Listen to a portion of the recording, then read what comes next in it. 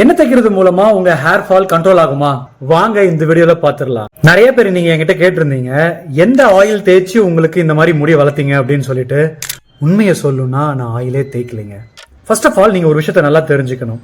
இப்போ ஒரு மரம் இருக்குங்க, அந்த மரத்துல இருந்து இலைகள்லாம் கீழே விழுது. இப்போ அந்த இலைக்கு போய் நீங்க தண்ணி தெளிப்பீங்களா, இல்லைன்னா அதோட வேருக்கு தண்ணி தெளிப்பீங்களா?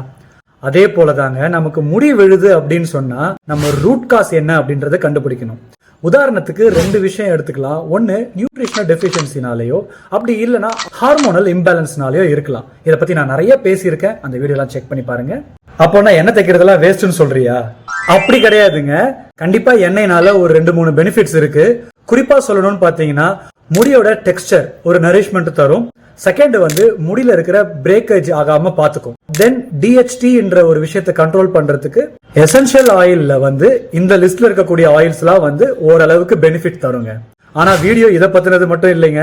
வளவலன்னு இருக்கிற தலையில திரும்ப உங்களால முடி முளைக்க முடியும் அப்படின்னு சொல்லி கூவி கூவி விக்கிறாங்க இல்லையா, தலைமுடியை விரிச்சு போட்டுட்டு, அவங்க கிட்ட இருந்து கொஞ்சம் ஜாக்கிரதையா இருங்கன்றது. அதனால இந்த மாதிரி பொருளை காசு கொடுத்து வாங்கி ஏமாந்துடாதீங்கன்றதுக்காக தான் இந்த வீடியோ.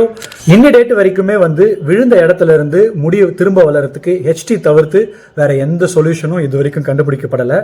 இதை பத்தி டாக்டருமே அடுத்த வீடியோல சொல்ல வராங்க. அதுக்கு முதல்ல இந்த வீடியோவை சேவ் பண்ணி வச்சுட்டு என்னை ஃபாலோ பண்ணிட மறந்துடாதீங்க. அடுத்த வீடியோல பார்க்கலாம். By from yoga.